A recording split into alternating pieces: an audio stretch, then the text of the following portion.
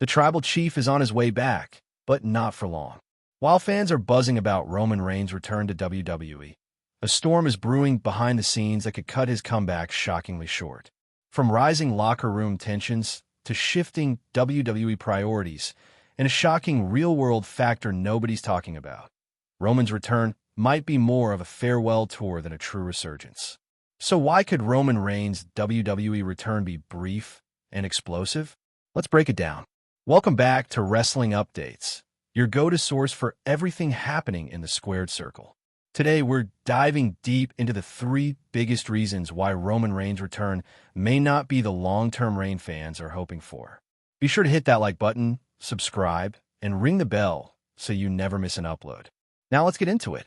When Roman Reigns stepped away from weekly programming, he left a power vacuum, and that vacuum didn't stay empty for long.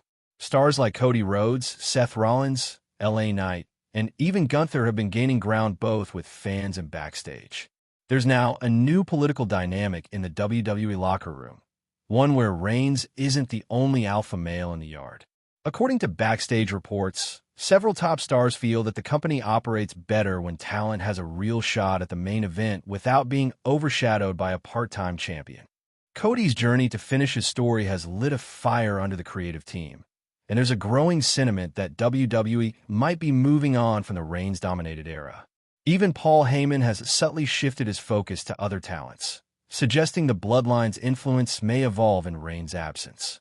In addition, there's talk of WWE pivoting toward a more consistent title presence, with Raw and SmackDown both under pressure from networks and streaming partners to deliver week-to-week star power.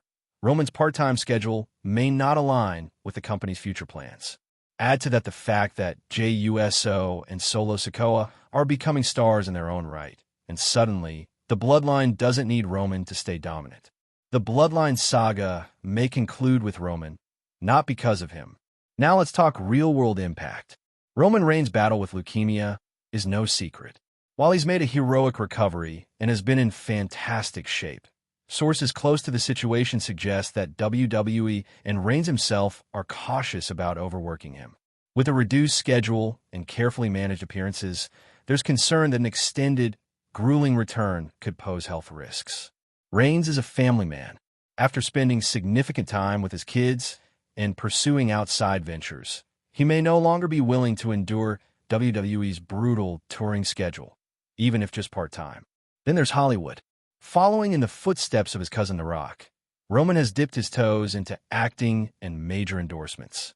According to Deadline and Variety, he has several upcoming projects lined up in 2025, including a rumored Disney Plus series and a Netflix action film. WWE has historically been accommodating with cross-promotional stars, but the more he becomes a mainstream celebrity, the harder it'll be for WWE to hold on to him full-time. Triple H and company know the value of building new stars, not clinging to legacy ones who might be 1 foot out the door. Roman may return in explosive fashion, but the return could simply be the closing act before a graceful, permanent exit. Let's face it, the Bloodline story has been one of the greatest in wrestling history. But all great stories must end.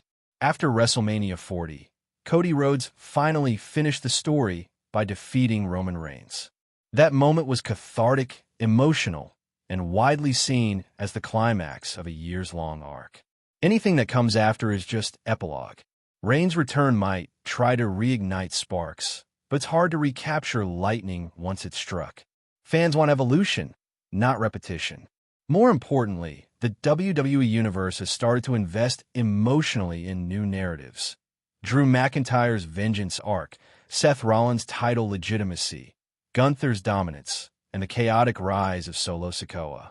There's also a risk that bringing Reigns back as the tribal chief could dilute the very magic that made him special.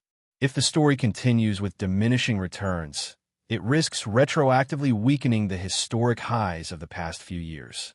According to one WWE insider, the plan might be for Roman to make a brief return to wrap things up once and for all, perhaps leading to a final showdown with Solo, a match with The Rock, or one last run with the title before vacating it officially. So what does all of this mean? Roman Reigns will return, but don't expect it to be the return of the head of the table era.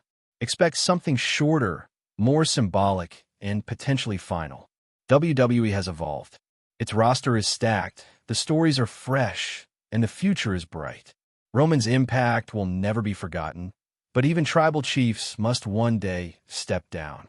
As fans, we should embrace his return as a celebration, not a reinstallation. This is Roman's chance to pass the torch, maybe to Solo, maybe to Cody, or maybe to someone we haven't seen coming. Thanks for watching Wrestling Updates. If you enjoyed this breakdown, make sure to hit that like button, subscribe, and tell us in the comments, how long do you think Roman Reigns will stick around when he returns? And who should be the one to finally end the Bloodline era?